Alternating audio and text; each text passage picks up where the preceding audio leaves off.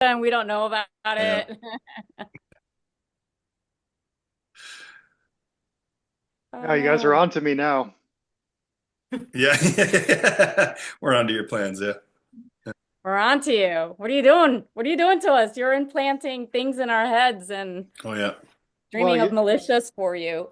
I was wondering the same things about everybody else this week because I had some wild dreams myself that I didn't tell any, I didn't report on the community because you guys did such a great job of it this week. Um, I had a lucid flying dream this week. So cool. I Yeah, miss those. it was so cool. It didn't last very long because I realized I was like, well, wow, I'm dreaming, I'm lucid, and then I'm flying, and I'm like, I started trying to remember how to keep flying, like from the past dreams that I had, and as soon as I started trying to remember how to do it, I woke up from that dream, but I woke up into another dream. It was really crazy. So d describe, what do you mean by woke up into another dream? Like in You Inception, felt like you woke up and then you realized you were actually just still in a dream. so I was dreaming, I was flying, and then I was flying in the air, and then I was like, "Whoa, I'm dreaming, I'm flying," and then I remembered like, "Oh, I've flown in dreams before," and I remembered in dreams past I had like a like a process to doing it, like I had like a way of flying, and I was like, "How did Yep. I do that again?" As soon as I started thinking about how to do it, bam, I woke up on a couch. It was a somewhat familiar couch, but it wasn't my couch. And I woke up and Woke up in the dream. woke up in another dream on a Okay. couch. Caitlin was sleeping sideways on a chair. She was like on a dining room chair, clung onto it like sideways, and she had her, the bottom half of her body was like laying on like a coffee table or like a side table, and she had a blanket over her. And I woke her up, and I was like, "Hey, uh, were you just were you just flying in your dream? You must have been because look at the way you're sleeping right now." And then I think I woke up from that dream into real life right after that. So I think the dream is telling you, if you try to get too deep into the dreamscape and try to understand what is unknowable in the ethereal realm, you're going to get snapped right back to reality. Right. I think you're right about that. There's like a sweet spot of of awareness, right? To where you just kind of like you can you can't participate too in depth or you can't like think too much. You just kind of have to like be almost pure awareness. I mean, you have much more experience with lucidity and dreams than I do. What can you say about that? Um, I think like, only like in my adulthood, like thinking back on it, I think what actually snaps you out of the lucidity is literally, it sounds silly, but it's like a fear response. Like whenever we have any kind of thing that's unknown, it automatically snaps on fear. And when that happens, it's going to, pull out, your body's defenses, whatever, on whatever metaphysical realm or, brain waves or whatever, it's going to just interrupt it and be like, okay, shut down. I think like it just, and again, fear is maybe not the right word to use, but it's like anything that's unknown, it's dangerous to us, whether it's, physical, mental, anything, right? That's, Sure. um, I think it's a little bit of that. Like that's, that's what snapped me out of it. And I think why I was able to have such really good lucid dreams in my whatever late childhood, early teens especially, was because I had really loosened my fear of like a lot of things. Like I had like no fear. I was a pretty fearless kid. Like very strange, odd, you Yeah. know. Yep. Yeah. Not sociopathic level, but definitely like was free, you know. Sure. Yeah. Yeah. Yeah, I mean, it could be. I don't recall feeling any fear or apprehension or anything like that. Like I literally, I just came to lucidity, realized I was lucid, and then as soon as I started trying to fly or trying to remember how to keep doing it, that was when I was pulled out. It was like there was no fear whatsoever. Mm. So, I mean, it could be. Maybe there's something in there, but I don't know. But do you know anything about that, Tracy?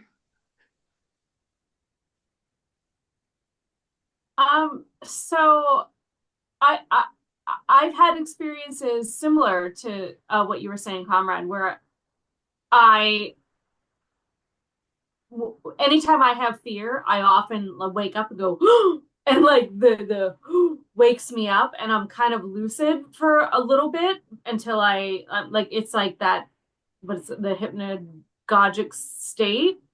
Um, but I do know that there are ways you can train yourself to be lucid, like so I kind of worked for a while training myself to be lucid with naps or like meditations where I would kind of go into a meditation or like a journey state, and so you're obviously not completely asleep, so you sit up and you go into that state where you're like almost like nodding off and your body kind of catches yourself, so and so you're aware enough, and that's how you kind of train yourself.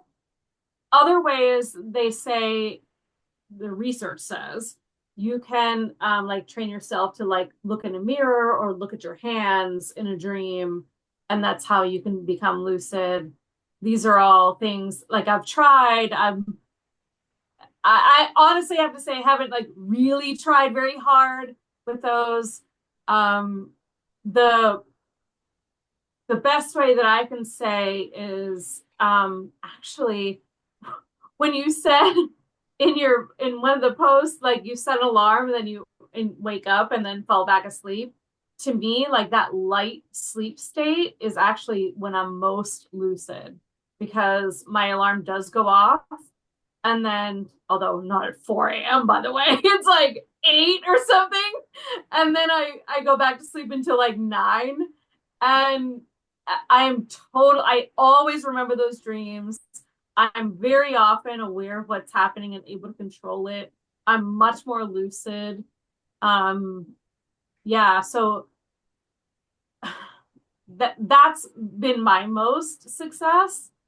But I mean, I know we're not always, we're not all like that privileged to kind of have that time in the mornings. But um, I do have to say, even when I did get up at 4 a.m., or I think I got up at 5 a.m., but I, kind of, I've always set, I've been an alarm person. Like I set the alarm and then for like, an hour, wake up slowly kind of person. And I've always liked that because that does help me remember my dreams when I have that time to kind of go back in and come back out and go back in. Yeah. Quick question, Tracy. So when you were doing this like kind of self meditation thing that you said you were, would that be like relatable to anything like basically self hypnosis, or like did you have any other like background music, or like looking into a light? You said looking in a mirror. That is definitely a hypnosis technique. Looking into a candle is another big one, or Yeah. something The moving back. mirror though was actually they say in the dream, look at your Yeah, hands or look in a mirror to see if you right. see yourself. If you don't see yourself, then you're lucid, is like the answer. But in the meditation state, um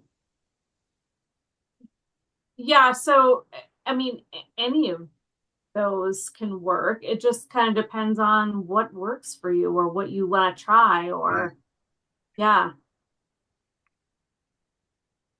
But the whole point is to just kind of zone out, like your eyes are closed.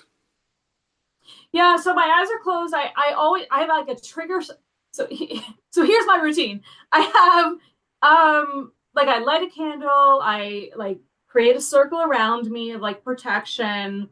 I have a trigger scent. For me, it's bergamot, but you could use anything. So I put it on my Bergamot? palms. Yeah, bergamot is Like a so citrus. bergamot is a little bit Oh no, it's a complicated. flower. So it's a natural wildflower, but it's also, by the way, a like a the citrus that you usually like the oil that you buy is usually an oil from a citrus plant from Italy. So it's different than the bergamot plant that you Oh, can okay. plant. So Sorry, I just wanted like to. both. I work with both, but the oil is what I use, which is the Italian oil. But you can use it could be anything. I chose that because of like its own meanings for me. Like self-confidence kind of a thing. So so I put that on my palms. I'll like, breathe that in and just be with that for a moment. And then just go into like a meditative state, light a candle, maybe call in my own personal guides, kind of a thing. And I just like, yeah, go into my state. I sometimes I'll put on music, sometimes I don't. Um, yeah, and I just kind of see where things go, or sometimes I'll have a plan on where I'm going to go.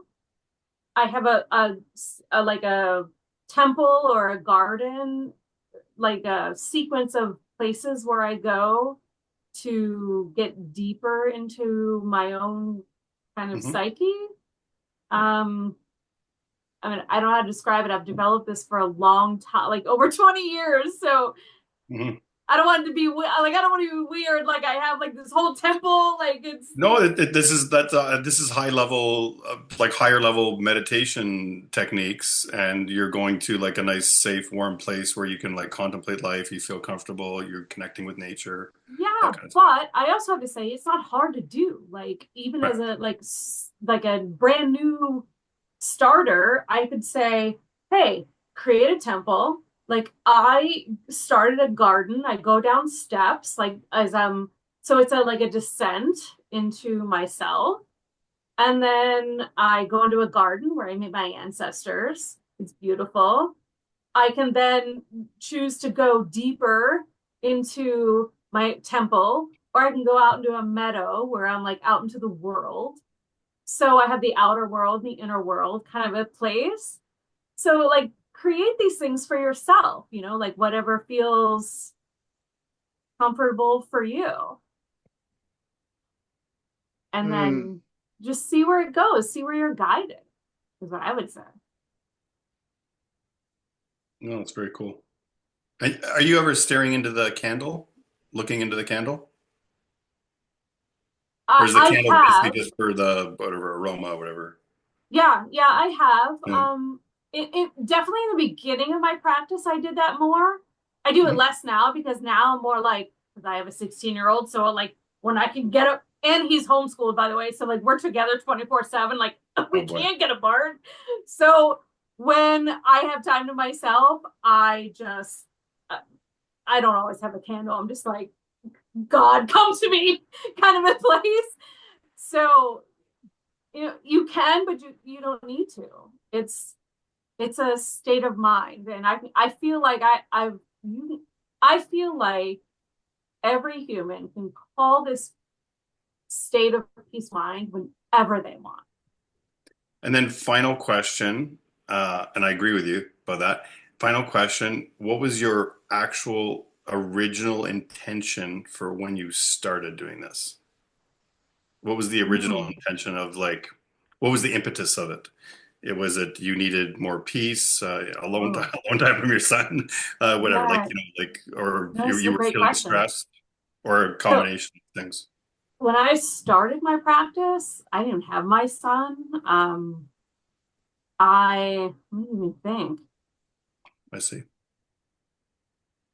I mean, You're a really different i person started then. i started a practice when I was like a teenager, and I just like needed peace for my own like or like Wow. family of origin. um Oh. and I was from a Catholic school, which I'm not a part of anymore, like the Catholic religion, but I do think that put practice within me that I would go to a higher place for strength. Um, yeah. And then when I really, really started my like a deep meditation practice, um, I was married and we moved away and I didn't have to work. And so I had time to like meditate and be with that practice like 100%. So that was a little bit different, but um, my intention was really just to like find my purpose and my peace and how I can be of best of service in the world.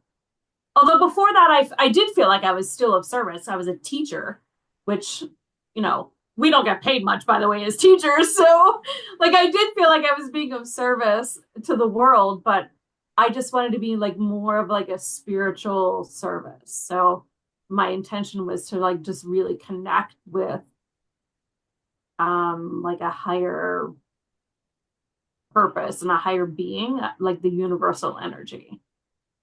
Mm. And I I just think have to that's say kind of what that I still hold with.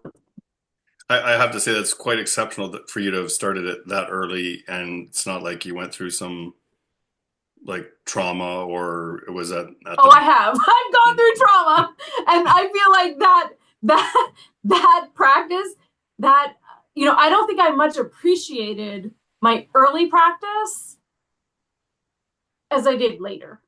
Later, I really appreciated my practice.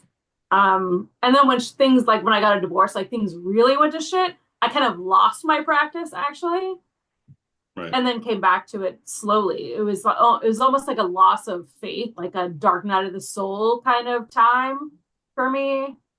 Um, I'll yeah. still pin exceptional status on you for that, though. I'm just Thank you. like at such an early. I mean, usually drugs and alcohol, or other stuff is your fallback for those kinds of stress relief. But yeah, that's impressive.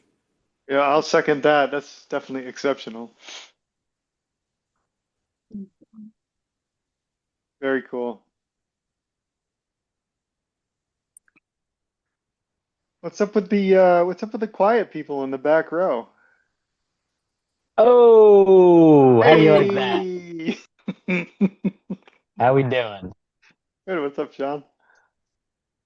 Nothing. I was just listening in the sidelines. I had a long day. I keep waking up in the middle of the night because of weird dreams and can't fall back asleep and get tired at work. But it's worth it. It's worth it. I'm definitely going through something right now. I'm like revisiting a bunch of later Mark Passio and like it's hitting in different ways and I'm hearing things in a lot different ways lately. Um, like I even listened to the last recorded testament or whatever that Isaac Cappy made. That guy that was like Tom Hanks is a pedophile, all that shit.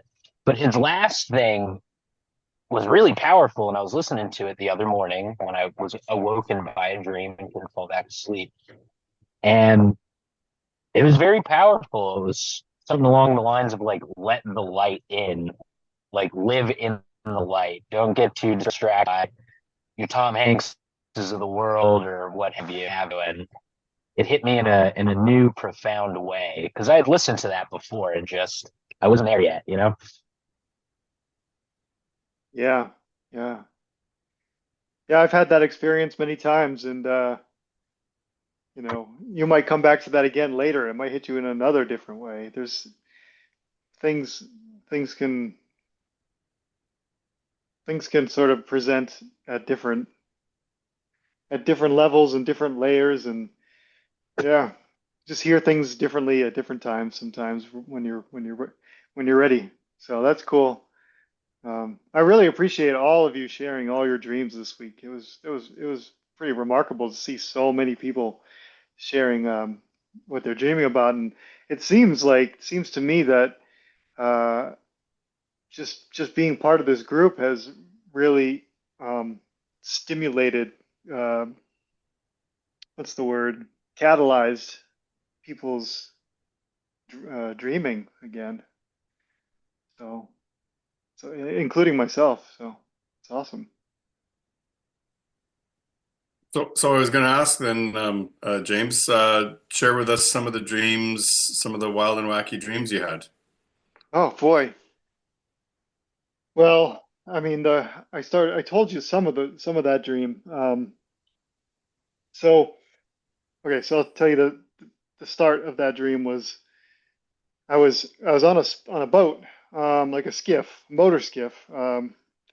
It belonged to a friend of mine, and I was with Caitlin, and we had a dog with us freely, and we were in a boat, and we were headed out to the islands in the dream. And as we're going out to the islands, in the dream, I say, "Hey, Caitlin, I want to tell you about these three other dreams that I just had." I was talking about three other dreams that I had had just previous to waking up and to being in this one. And I started telling her about this dream I had about a woman on a beach kicking like a boulder, like a rock, like a soccer ball down the beach. And then I was going to tell her the rest of the dreams, which I've since forgotten. But then I was up on the bow of the boat with the dog looking down into the water where I was looking for seals or fish or rocks or whatever. Um, and and then the next thing I knew, we made it to the island. We were on the island, and the island was all overgrown, like really jungly. And there was an old falling down like two-car garage, like a mechanic's garage there. And we went inside, and once we were inside, that's when I started noticing that I was floating. I wasn't walking anymore. I was floating, and I said, "Hey, let's go out this way." And like I moved us towards one of the garage doors, like the glass in the garage door, and I attempted to like float through it, but the glass was still there. And so we moved over to the other overhead door, and the glass was missing. It was a space. And so I grabbed Caitlin by the hand, and I pulled her out of the glass. We flew outside, and we started rising up above the island. And that was when I realized I was dreaming, and I came to lucidity. Um, and then, like I said, I tried to hold on to the lucidity, and I tried to hold on to that ability to keep flying, and tried to remember how I was doing it. And that was what snapped me awake into the next dream, where I woke up on a couch. I woke up on a couch, and it was like this couch that I'm sitting on right now, uh, but it wasn't exactly the same. And then, like I said, Caitlin was there, but she was sleeping in a dining room chair, like sideways, curled up, wrapped around it, like kind of clung onto it, so she wouldn't fall off, and the rest of her body was on on a side table, and she was covered with a blanket. And I woke her up in that dream, and I said, "Hey, were you just dreaming? Were you just flying with me? Because I think you were, because look at how you're sleeping." And then boom, I woke up from that dream like into real life. It was it was pretty layered and many levels deep. So that was one of them. But yeah, I think it's cool that you had a loved one that you were leading up, like flying around. yeah, yeah. That's yeah, that's very cool. That's interesting that she was laying next to a chair. Doesn't she do chair yoga? Yes, she does. I didn't even make that connection. Yeah, Like she's curled up on the chair. That's funny. yeah. It was so awkward looking the way she was kind of like clung onto it. But actually, that really opens up a lot of the meaning for me. Actually, that you just said that she does chair yoga. Yeah. Well, hmm, yeah, Yeah, mull on that one a little bit. yeah. How did you feel about it all? What was your feeling throughout, even through like the retelling of it, like when you woke up, but also now retelling it? Um, there's not often a whole lot of emotion in my dreams. I'm very, it just feels like I'm an observer a a lot of the times. I'm just like observing. Um, but that one, definitely when I came to lucidity, there was excitement and um, yeah, like a desire to share my experience with Caitlin. But other than that, most of my dreams are really just, I don't want to say they're emotionless, but they're just kind of like, yeah, matter of fact. Like I had another dream this week where I was in a place of business somewhere, and then next thing I knew, I was driving in a car, and I was with the boss. I don't know who the boss was, but he was the boss. He was somebody really important, and I was in the car with him. And we were driving, and we went to a city, and we sat down at a restaurant with a few other people at a table on a corner outside on the street. And there was this really interesting thing where where your phone, you could take your phone and you could stick it up under a shelf and it was like magnetized so you couldn't see your phone. You could put it away. And I was like, wow, that's so cool. What a great idea. And I wanted to show everybody what a cool, great idea that was so we could get rid of our stupid phones so we could enjoy each other's company or whatever. And then I look up and there's like where like a valet keeps all the keys like in a cabinet. So I looked up into this cabinet with all these keys, and I went there and I started like messing around with things and fiddling, and I pushed a button, and I saw on a screen a garage door open, and I was like, oh crap, what did I just do? And I started pushing the button again to see if I could get the door to close, and it wouldn't close. So I descended down these stairs, and I found myself in the garage, and inside the garage there were three levels. There was an outer level, like a secondary door, and a tertiary door. And in the third door, it was a really big door, and there was a black Jeep parked underneath the garage door, and it was keeping the door from going back down again. And I was like, okay. And then I looked to the secondary door, and there was this big black pipe like that was on the ground, kind of in front of, like, I don't know if you're familiar with like a garage door sensor, but it was blocking the sensor so it wouldn't close the door. The the first primary door to the outside was smaller than the rest, and that one was closed. And I was like, okay, well at least that one's closed. And so I started going back up the stairs to the group, and I looked up, and there were three or four men in fatigues with guns drawn, pointing at my party up there. And I looked up and they saw me, but they didn't pay me a lot of attention. And I was like, I put my hands up, but I walked up the stairs. I had no fear. I was not concerned. There was nothing like that going on. I just made sure to, be non-threatening. And I got up to the top of the stairs, and there were guns drawn. And then all of a sudden, a man fell at my feet. His head basically disintegrated in front of me. His like skin melted off, and then it was nothing but it was just bones. And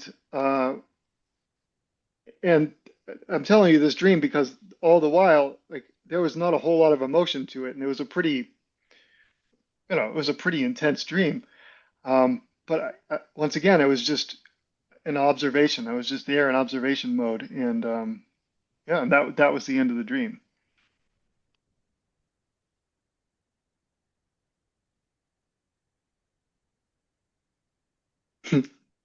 That's very interesting, especially the you know being non-emotional about something that's quite whatever jarring or whatever violent or whatever.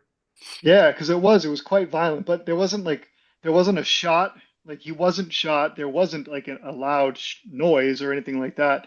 His body just fell in front of me. I recognized the person. I don't want to give them away because they're someone who's known, I just that you all might know. Um, but I recognized characteristics of them in myself, and so I made the association of like what that meant, that particular person was there in the dream. Um, but yeah, it was violent, it was jarring, and all that. But yeah, not totally just in observation mode.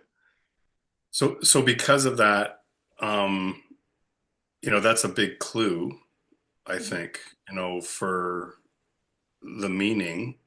Hmm. And like just off the top of my head, I'm like, well, you, is this a representation of like, okay, if I do this or that, some bad consequence might happen to others or to myself as a result of it, that kind of a feeling. Or did you get any other kind of vibe? No, so the person like someone I work with, someone I've been working with dreams and stuff, and they in talking to them, I learned about these this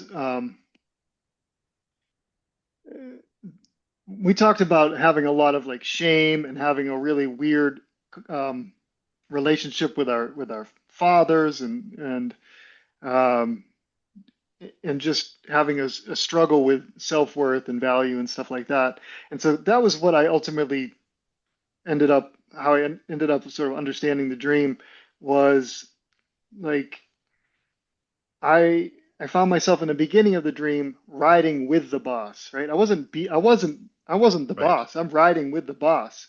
And at the end of the dream, I found myself standing over a part of me that was sort of, you know, eliminated. We'll say that. And it was a part that I associated with guilt, shame, blame, not living up to expectations of my family and my father and all this kind of stuff. And I was like, that was kind of the way I interpreted the dream is, is that, um, You're laying part of yourself to rest.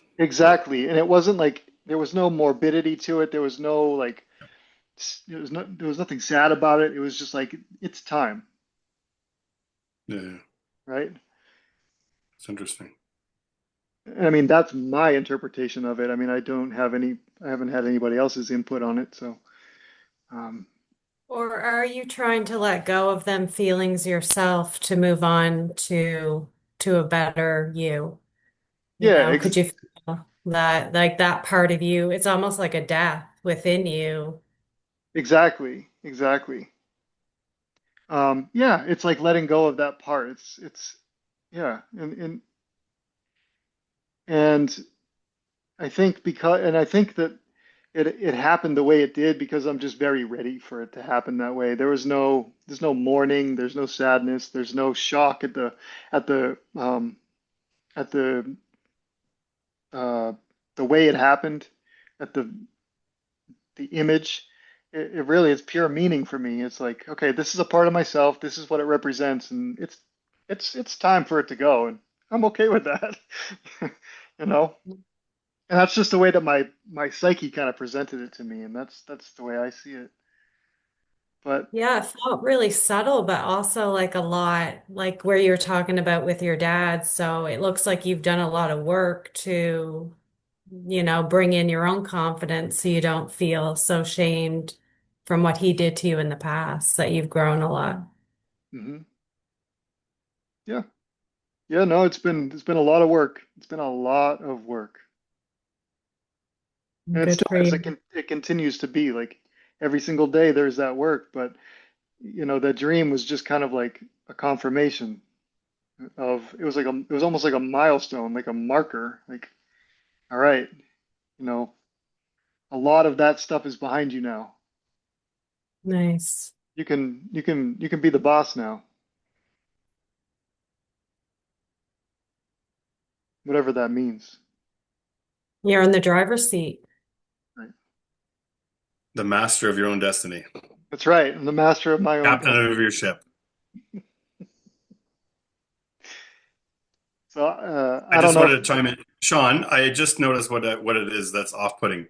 You got a new haircut, or you shaved off facial hair, or something. You look very different today. Yeah, I trimmed all Okay, that's this what it down is. here. Okay, I still Well, have the mop though. It's just tied up behind a hat. you look like your younger brother. Like so that's a compliment. You It clean up always well. pulls off well. Like I can look like I'm like 22 when I shave. It's awesome. It's like a magic trick. You kind of have a Super Mario Brothers Luigi kind of look to you. Oh, Hey. that's what I'm going for. Retired cop, plumber. I'm pretty Retired cop, Italian plumber. I'm pretty jealous of that hair of yours, Sean, I have to say. It took a while. It I took a bet. while, and the awkward phase of it being like right here for months just is not. But I feel like I look better with longer hair. And if anyone ever wanted to drug test me, they'd know exactly what I did over the course of these, 4 or 5 years I've been growing this. Gotcha. That's funny. This conversation tonight just started off talking about hair. I started talking to Denise because she got a haircut too. Your hair's longer than mine now, Sean. Oh, I'm in this threshold where, yeah, like my hair's been longer than an ex and my current girlfriend. So it's like I gotta consider chopping it now. But these are all what is the word I'm looking for? fluidities. Um, these are all stereotypes, men are supposed to have short hair and blah blah blah. It is hot as hell in New Mexico. It really is a struggle getting through June and August in this state with long hair. I will say that. Hmm. But Amy, you did something with your hair too, right? Like you colored it or Yes. something. Yeah. Yeah. Must be hair month. That's what I was thinking. Yeah. Amy, you Well, mentioned, sorry, go ahead, James. oh, it's okay. Amy mentioned something about she might have wanted to say something about a dream, but I'm not pushing you. I'm not pushing you into it at all. I thought you wanted to share something. Well, I will share something that happened this week that was pretty interesting based on dreams. I usually have like a real fear of snakes. And I've been out in the woods a lot this week because we've had a really nice week just hiking and looking around. But there was a snake. And in my dreams, I remember having a dream and just seeing the snake and being okay with it. And I was like, because usually I'd scream, run. So when I seen the snake this week, I was like, hey, buddy. I'm like, how are you? And usually I would just run. So it was really neat. But on my walk continually, I'd always see these sticks that look like snakes after seeing the snake. And it would kind of, make me jump a little, but never like I was before. So I just wanted to share that. I thought that was really neat and Yeah, how that dreams help you get over fears. Yeah, that reminds me of when you first joined the group and you told us about your bear dream. That was you, right? The bear in the Yeah, house, that's right. and it was very similar to where it was kind of like you're facing a fear. Oh, hey, Yeah. Kaba's here. Good evening. Good evening, Hello. everyone. Hello and welcome. I Yes, I hear you're coming I, to us from across the world. yes. I'm excited. I'm connecting with everyone. I'm Kaba from Sierra Leone. Welcome. I'm Can glad I you made know, it. can I know the other members in the room, please? I'm sorry, I didn't quite understand you. Yeah, I say, can I just meet everyone in the room? Oh, sure, sure. Well, you know me. I'm James. Yes. I almost forgot. I just click my mind that Thursday we have the session, and It must be late there, right? yes, it's past midnight now. Hmm. Well, I don't know if anybody noticed, but I added a Saturday morning call. I forget what time. I think at like for 8 or 9 o'clock, so it's not too crazy early. It was 7 a.m. in my time. So It's yeah, 7 a.m. ET. That's correct. yeah, oh, it's 7? Okay. yeah, All right. EST, yeah, yeah. Okay. Well, that makes it, I added that so, folks on the other side of the world could potentially get on. So they didn't have to get up at, midnight or whatever to join. So, Yeah, um, great. yeah. I, Well, I, I Kava, would, Kava, I'm new yeah. too, so you're not the only one that's new. Uh, nice meeting you. And you are? Nice to meet you too. I'm Tracy. Great.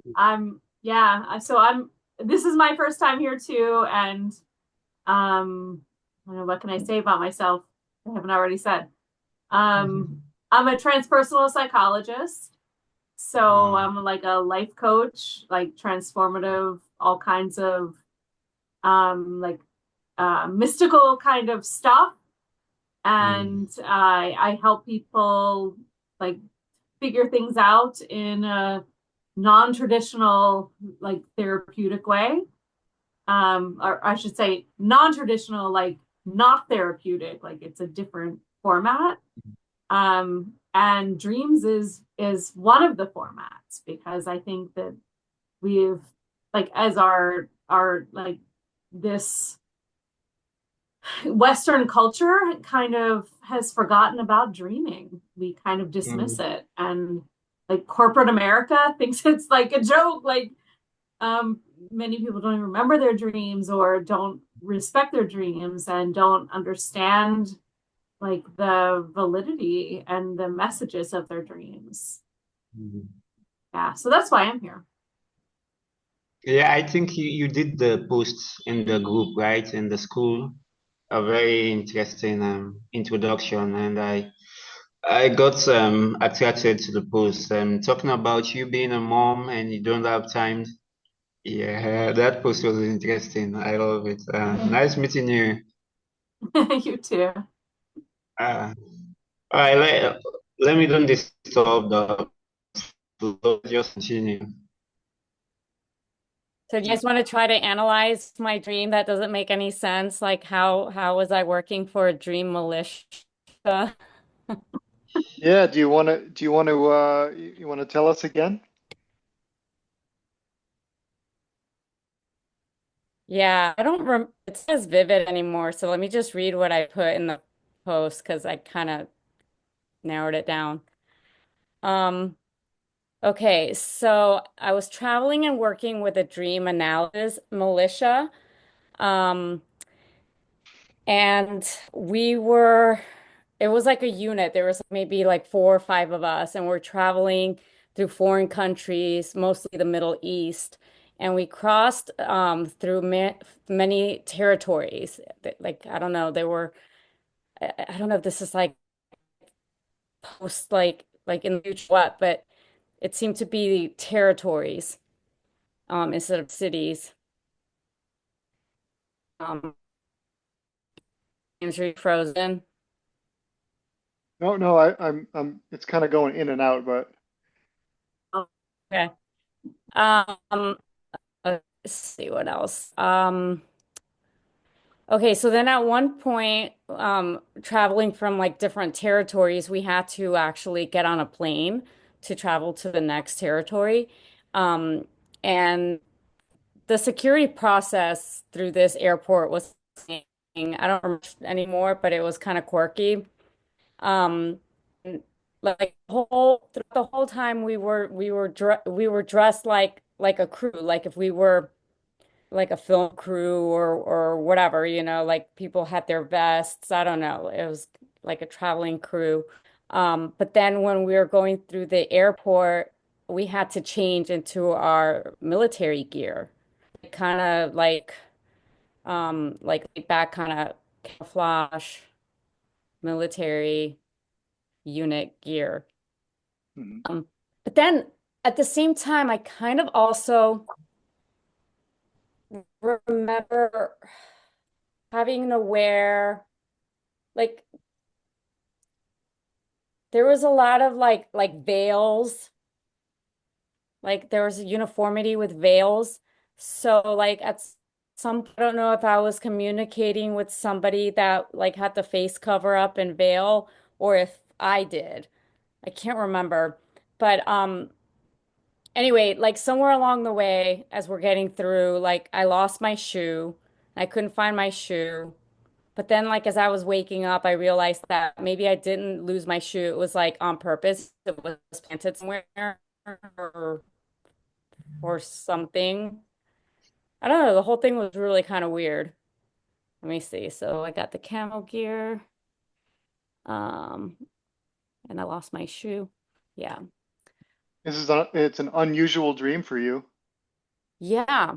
It was Yeah. really bizarre. And I think I'm going through it and I'm getting really into it. And then I think I realized like, oh, I'm dreaming. This is a really cool dream. I want to remember this. I remember thinking that. And then I kind of woke up and I was like, I gotta remember that dream. And I went felt back, re-engaged, and it started fading as I re-engaged. So I kind of woke up again and I'm like, no, no, no, I gotta remember this. And then I fell back asleep and I just kept drifting in and out of sleep after that. Like because it's really hard for me to get up and like write the dream down. And yeah, so I was like, I gotta remember this. But No, kept fading in and out. And then like I was gonna say there's a lot to go. Oh, your There's a lot to thought go on cut. there already. okay. Yeah. Um, Yeah. so there's a lot of symbolism. Uh, the ones that stand out to me are, the militia, first of all, this dream militia, it's interesting. It reminds me of just this group. But the uniform, the veil, and losing your sneaker, and also getting on a plane to travel to a new place. Uh, it's all, I mean, to me, it speaks to um, the uniforms are being in uniform and sharing a uniform with other people in a dream is kind of like it's like a sense of belonging, and or at least that's what it says to me. It's kind of like, oh, you belong to this thing. You belong to the militia, the dream militia, which you know I don't know. A I'm not going team to or a community or something like that. yeah, I'm not going to Yeah, it speculate was like on. for our safety. Like we had to. Like we didn't want to, but we had to for our safety. We had to like show who we were, that we weren't just this like crew. Like we actually were representing like this this military type militia. Yeah. Okay. Um, and yeah, and then you were going to different places, which it's indicative of like just exploration, and all it can be challenging to remember that this is it's maybe not always, but I think a majority of the time this is an exploration of your own self, right? And so you're I'm traveling. starting to kind of I'm starting to kind of remember a sense that I felt. You know how sometimes people like how there's a group of people that would go to other countries like with Bill Gates and everything to like jab people and they thought they were going to do it for like a good thing Uh-huh. and they would present like, oh, we're here to help you. This is going to be really good for you. But then you turn around and they're like evil and working for the evil. That's Mhm. kind of what this was like, where we're at Mm. first, like the crew is like, oh, tell us about your dreams. We're doing this analysis. We're here to help you. Like, we're going to help you figure things out because of your dream. But in the end, it's not something good. We're like implementing something. We're trying to like mess with their psyche and their dreams. Like we were, in the end, it wasn't for something good. Which is, I think, why I woke up going like, what is James doing to us now? That that sparked that sparked a few things right there. Because I've been thinking about the Dunning-Kruger effect, right? Dunning-Kruger effect, right? When someone has no fucking idea what they're talking about, but they think they're more well researched and like educated on a subject they haven't looked into once, read one article, watched a single lecture, whatever. But Freddy Krueger, right? And, and your dream, like this dream militia and, the dream warriors. I don't know. There's not really anything there. I just think it's interesting that this dynamic that literally haunts people that take the time to do research into things is called the Dunning-Kruger effect because it's like a nightmare. It is like literally a nightmare where you're explaining something to someone that you like have a full grasp and comprehension, like cite articles with .edu at the end of them and all that happy horse shit. And still the person that hasn't looked into it once knows more. Dude, that is nightmarish. That is Freddy Krueger shit. Maybe that's where the character's name got some inspiration from. Huh. This didn't really feel like a nightmare. It just felt like very exploratory, like there was a mix of good and evil. There's it was just really interesting. And I remember being aware of it being interesting. Yeah. So there was an emotional arc to it of curiosity and then exploration and um is Kaba, I think, do you mind putting yourself on mute? Um, and then No, it I'm not. arc I'm and not then it moving. would arc to um you have sort of a concern about your purpose in the dream. Is that track? Is that the sort of the emotional arc of it? I don't recall feeling any emotion really. It was more of an observation of it all. Hmm. Like that's what I was doing. But I don't like I was caught up in it. But I don't recall much of an emotional arc with it Hmm. though. And it wasn't my I don't recall it like being my intention to be evil at all. Um, like at first it was very innocent, it was very cool, but then later when we're in the military uniforms, I realized like, oh, we're lying to all these people. We're actually doing this to use it against them. And I think that that's also what happens with the injections is, these people that are like would go out for it, like they think that they're doing the right thing, but they're the ones being used by other people to do something bad. I think it was more along that line, not that I went in knowing that I was doing something bad. It makes me wonder if some, if you possibly have some like unacknowledged fear about just like being in this group and sharing your dreams and stuff like that. Hmm. I Even mean, just some apprehension. that didn't cross my mind because I was excited to tell you guys about this. Yeah, yeah. But I mean, even I like started this thing and I'm excited to share my dreams, but there's also parts of me there's some fear around being this vulnerable and this open with people who, you know, like, we're getting to know each other, right? Um, but yeah, I'm curious what Tracy might hear in all of this. Yeah, I'm like bursting. I can't wait. So, Yeah.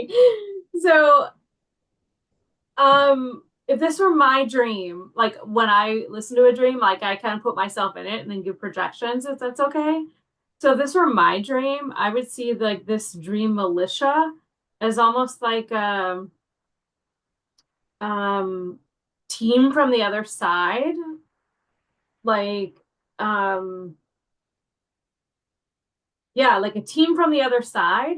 But there are many teams there are many beings that are not of this planet in for me, and I don't trust them all. So like I just like I don't trust all humans. So for me, I might join this militia and like, yeah, we're gonna do this dream thing and whatever, and we're gonna yes, I'm gonna be a part of this unit. And then once I realize that I don't like what's happening here, to if this were my dream, I would question how has this happened in my life? How have I like wanted to be a part of something and I'm like, ooh, I don't know. For me, it's not so much about dreaming and like this dream stuff. It's about like life and like projects that I'm a part of or beliefs I'm a part of, politics. Like life is dynamic and we can change our minds at any moment. Things are not always as they seem. Even friendships. Lord knows how many friendships I've abandoned because I'm like, ooh, this is not the person I thought you would be. Um, so that's kind of how I take that. Um, an airplane to like travel to the next territory. For me, airplanes are hmm, it's a very I fascinating. never ended up getting on the plane though. Like the dream kind Okay. of ended with being at the airport and losing my shoe. Mm, Like I okay. never like got on the plane. Like I don't have any recollection of being on a plane and getting to the destination. Okay, good. Thank you for clarifying that. So for me, an airport or like a place, airports, train stations, any place of transportation is like a gateway for me. And so it's almost like I could have gone, but I was like, I'm not comfortable with this. And so if this were my dream, I would feel like I made a confident decision, like this is not for where I need to be. I lost my shoe, which is almost like it might seem like a bad thing, but it was like, ooh, I've lost my footing. I do not need to move forward here. I can't move forward here. And so if it were my dream, I would almost think about like, where have I lost my footing where I felt like it could have been a bad thing, but it actually turned out okay. Um, Yeah, yeah. well the thing is like I at the beginning when I lost my shoe, like I kind of believed it in my dream that I lost my shoe, but then like right before I woke up, I realized like I did it on purpose. Like I lost my shoe on purpose. It was like a tactic to get around something. Mhm. But it was kind of like I knew this and it was an afterthought that I knew as I was waking up. So where in my life have I maybe at a higher level lost my footing for my lower level, like my physical self, to like be confused or try to find my footing. But my higher self is like, don't worry, I did that on purpose. Like everything's gonna be okay. This is all as is as it should be. And I also love, by the way, the veils that you mentioned. Um, like for me, life is like full of veils, and when you pull back the veil, it shows more. So if this were my dream, I would also explore those veils and like what's behind it, or what am I not meant to see right now, but maybe later. This is super rich. I love this dream. Yeah, the veil thing was kind of interesting because it kept kind of it was like a weird kind of flash or afterthought that kind of just peeked in. And I totally get that because I definitely can relate to how you think and work. And I do know that veils represent a lot of things and it's all about lifting veils. And so I did get a glimpse of the meaning of that along the ways. Yeah. Hmm. Was this dream just this week? This was like not last night, the night before. Okay. I was just trying to think like, are we between veils? So like Beltane is like kind of a veil time, and like Halloween is kind of a veil time.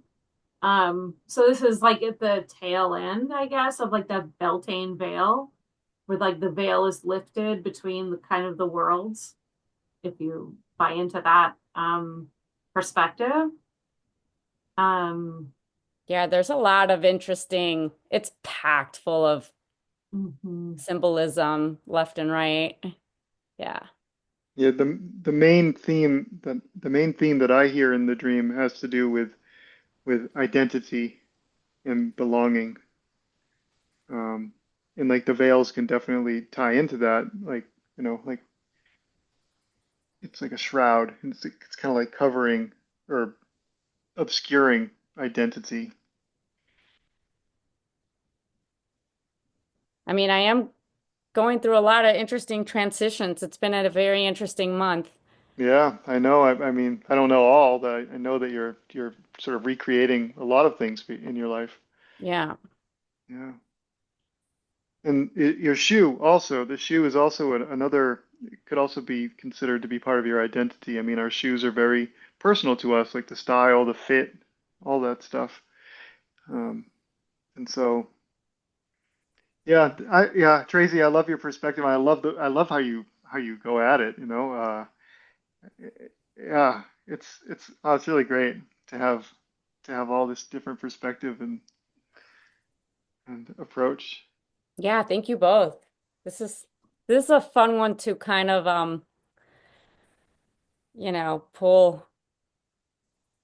the meanings on. I mean, I'm going to be thinking about this one for a while probably, huh? Yeah. I have to say, I have one more thing to add. Like the lost shoe, like I think of soul. Is there a lost part of my soul that I purposely, at some point in my life, like kind of buried a little bit or lost, and now it's time to reclaim? Hmm. Yeah, just that metaphor just kind of popped out.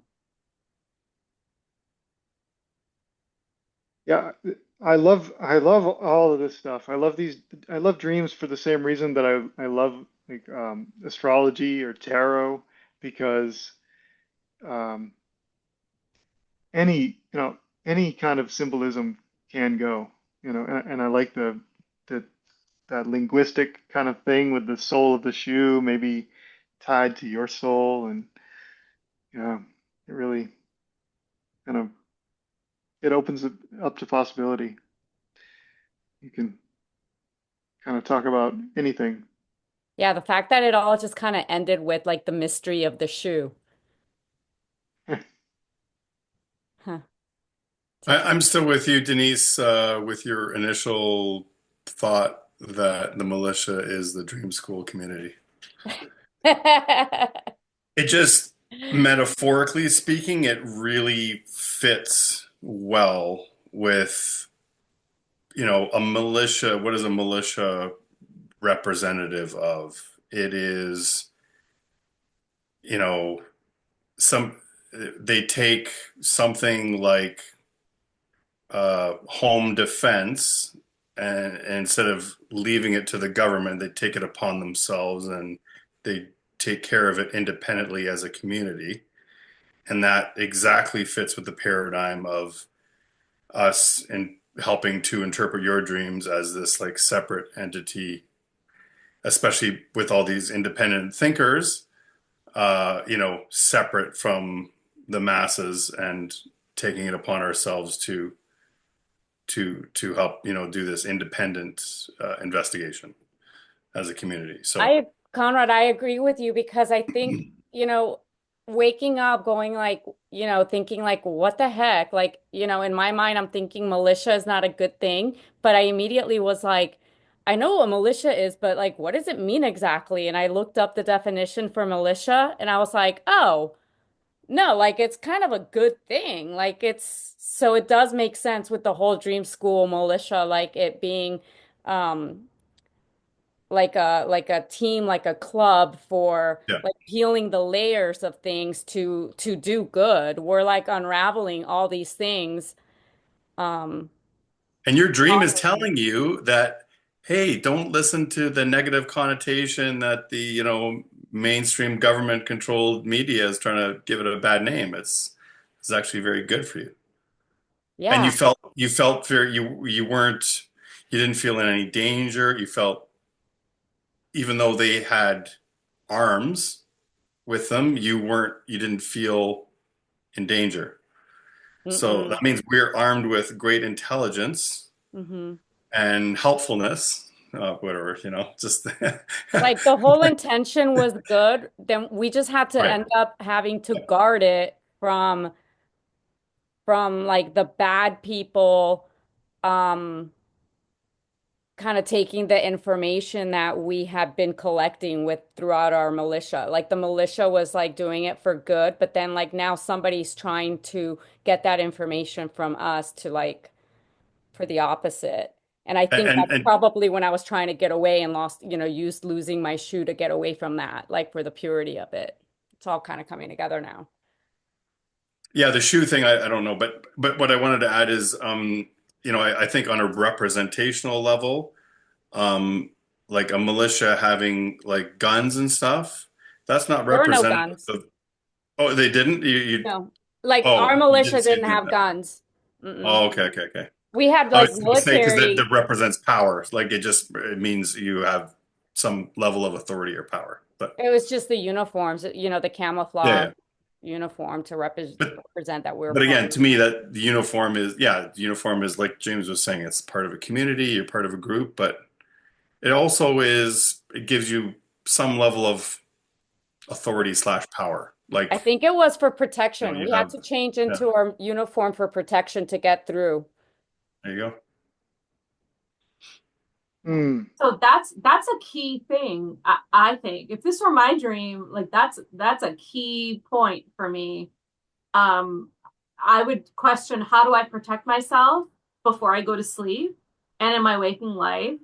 Like, a circle of protection around me, or just some kind of like circle of light or something, anything. How am I protecting myself before I go to sleep and when I wake up again, like approaching the waking world? Hmm. I'm a big protection person though, so that might No, just be my projection. I agree because I practiced that and witnessed how it works, like 100%. Living in Los Angeles, City of Angels, I got a message that I needed to protect myself constantly, and I don't know how I skate through Hollywood for 10 years being surrounded by all kinds of weird things, totally safe. Yeah. Hmm. So, and I would do this meditation, especially there was one time in particular where I was so drained, and somebody even gave me the warning, like, you got to do the like pyramid protection because there are succubus people that feed off of energy, and you just come in with such good energy and they like drain it from you. So you got to have like that reflective pyramid, which is like a two-way mirror kind of thing, like I can see out, but it could only connect with like other good energy like mine. But if it was evil energy trying to pull from me, that they would see their own reflection and freak out at themselves and bounce off. And then once I started doing that, I did notice that like the really weird, annoying people just didn't come around me anymore. Yeah. Hmm.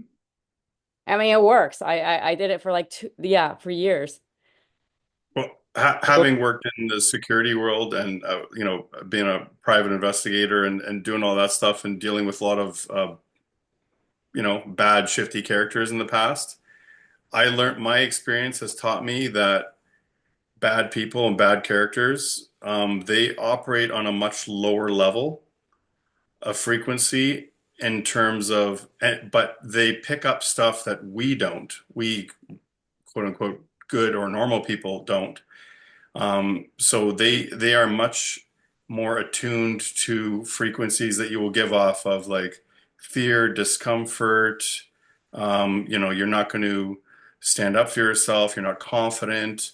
All those like very unspoken things that you may be transmitting in like literally like by pheromones or some other kind of wave of Energy. yeah, wave of energy that you're giving off, or aura, whatever you want to call it. and they are very, very perceptive to that, and they They're like so they intense. pick up those imperceptible impulses, and they know how to pick out their victims. Yes, And I think 100%. And I that's, have a your perfect body story. is protecting yourself. Yeah. Yeah, I have a story like in Los Angeles again when I was living in Venice Beach. I had an early call for production like at 5 in the morning somewhere, which means I had to leave my place like at 3:30 or 4. And I remember it was kind of far, so I had to get gas before I left. So when I went to the gas station, I'm pumping the gas and I knew, it's not a safe time out here. I was very, very aware of my surroundings. I made sure to look around and out of nowhere, this guy starts walking towards me from far, like from far. Um, he's wearing camo pants and I just like locked in and made eye contact with him. In the back of my mind, I'm thinking like, okay, if he gets too close, like what's my defense? I'm gonna douse this guy with gasoline if he tries anything. So I'm already thinking, Perfect. So your inner thought was forward thinking and aggressive. You yeah. weren't So and I in didn't your show mind, any you weren't even a fear. victim. You were Yeah. in response. And I didn't show any fear. I kept eye contact and I looked him up and down and made eye Which is the number one contact. thing to do. Eye And contact. when he got pretty close, I just kind of looked at him and like smiled, like not smiled, but like, hey. And he started talking first. He's like, hey, how are you? And I'm like, good. Like not sounding scared or anything, just very authoritative, good. And he was like, okay, well, have a great day. And he turned around and walked away. And I was like, wow, this works. He was like, literally, they will pick up on that vibe. Yeah. You act too confidently.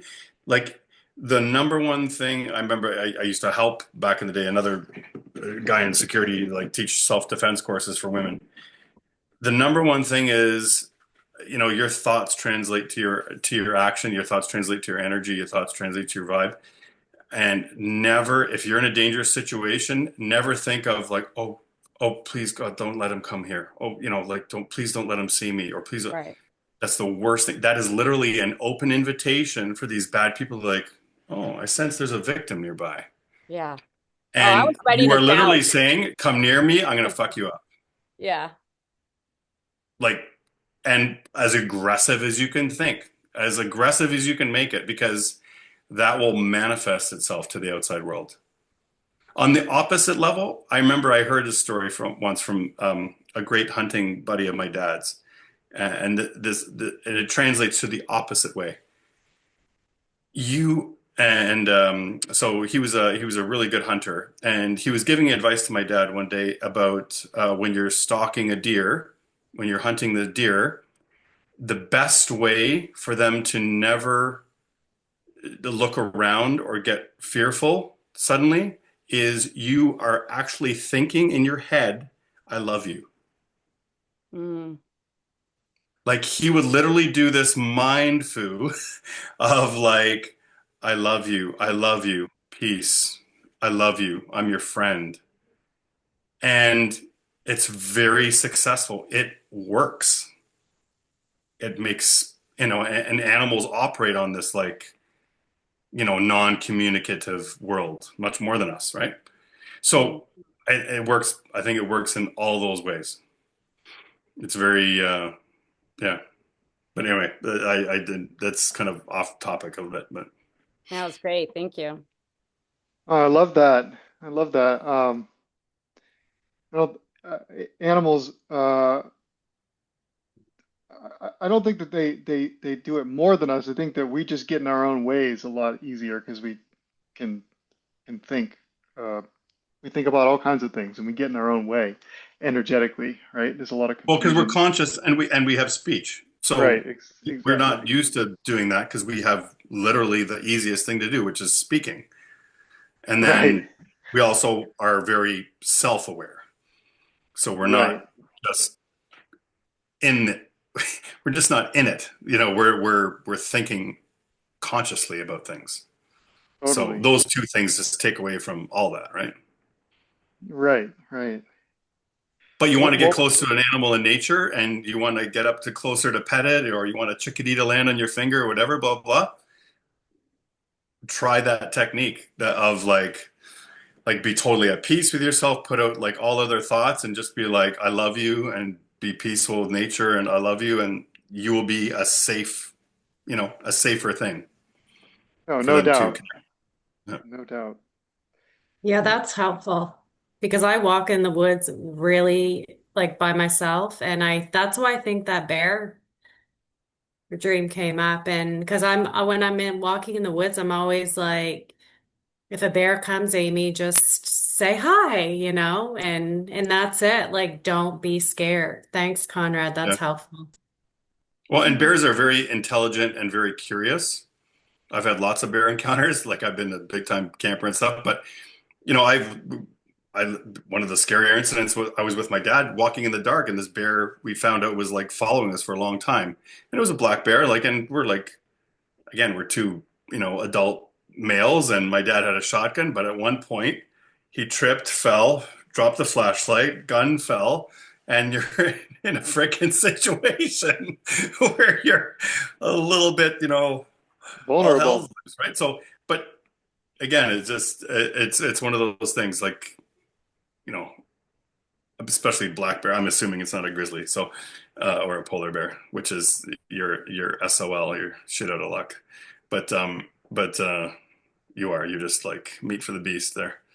But but yeah, like they're curious creatures. They're intelligent, very intelligent, curious creatures. Yeah. Nice. Sound is actually your best weapon too if you're really in danger. People often forget about this. Like I've done a lot of wilderness like training and stuff. So loud sound is the one thing that humans forget that animals absolutely abhor. They hate it. So if you can make an unnatural loud sound like a pot or a pan, that's the old trope of the hiker walking around a bear area with pots and pans jingling around. That's exactly why. That metallic sound is jarring. It's horrible to animals. They freaking hate it. Their hearing is much better than ours too, right? So yeah, yeah. Hmm. Hmm. So I have to say, I'll see if I can upload this video I have of the bears because I had three sweet baby bear cubs and a mama like come up literally to my patio like last year, to maybe might have been 2 summers ago at this point. But I'll see if I can upload the video to the site because it's just the sweetest video ever. I share it anytime someone brings up bears. So I'll see if I can share it just to share the joy and the sweetness of the three bear cubs with you. I think you might just be able to post the link to it. I'm not sure about that, James, but if it's on like Um, YouTube or I'm social I'm media new or to something. school, so I don't know. Yeah. I don't know if you can embed video in school or not. I don't know. I'll see what I can do. If you can like send it as a text message, I think you can post it the same. I think you can just stick it on a post on a comment or something. But Okay. I'll try. I'm over here sitting here thinking about what I can say about bears, and the only thing I can think to say is that I had bear tacos a couple weeks ago.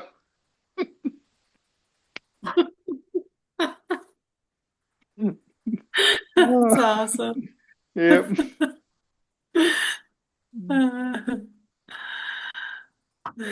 Delicious, by the way. Terrible. Oh, My bear brothers. right. Ah, oh God. Sorry, I just old injury. Well, man, another successful call. I look forward to hearing everybody's dreams this week. Each call, I feel like it kind of just primes us more and more and more. And I'm remembering two, three, or more dreams almost every single night now. So it's it's pretty remarkable. I don't think I've ever dreamed this much before. Do you think it's an accountability thing? Like now that we're actually talking about it out loud with people, like a subconscious part of us is like has an accountability to want to remember now. And I Oh, don't know. absolutely, without a doubt, without a doubt. That and yeah, I mean, I've definitely been cultivating the conditions to make it more apt, you know. So yeah, yeah. The accountability for sure. For me, I think it occurs more like pressure, but yeah. Well, James, thanks for having the coolest school group in school. Yeah, everybody go tell 10 of your friends. Everybody dreams, you know. Mm.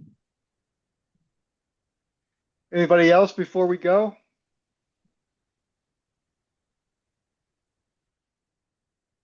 Kaba, right. you have a dream to share?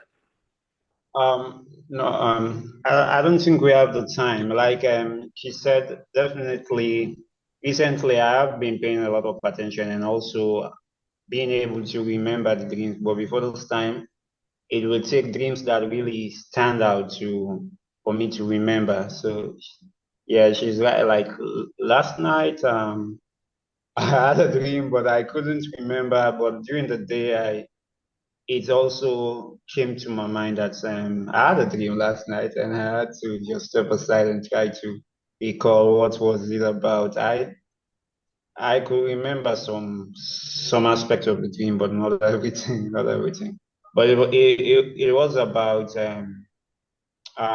someone preventing me from accessing up a space I love going to using my computer. And she was saying, during this time, the space is not open, so you should not be coming. But it's like someone just denying me access to a space I love working working at. Yeah, but the dream was around that like the duration of the dream was so long that I couldn't remember everything that transpired. But that was something I could remember from the dream.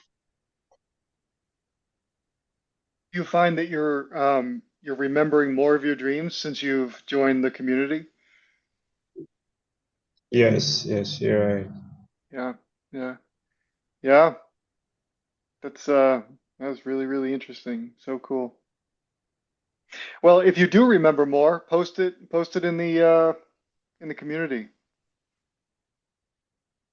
That goes for everybody. And thank you all for posting all that you have been. I look forward to seeing you throughout the week and maybe Saturday, but definitely next Thursday. Yeah, if you see me Saturday morning, probably something bad has happened. Like I got up too early for probably for a cat or a kid, one of those two. Yes. Understood. Well, I don't look forward to seeing you. Let fate decide. Cool. We'll leave it at that. Yeah. Awesome, everybody. Thank you for Thanks. holding the space. This has been amazing and fantastic. Thank you so much. Oh yeah, my pleasure. Thanks for coming. It's really great to have two new people on a call tonight. It's great. Nice to put a name to a face for Tracy and Kaba as well. Yeah. And thank you all for sharing your dreams because I feel like I get something out of everyone else's dreams every time they're shared too. So I feel like every time we share, it like gives something else to everyone in the space. So thank you for all for sharing. Definitely, definitely. All right. Good night, everybody. Good night. Next Good time. night. Sweet Good night. dreams. Sweet dreams.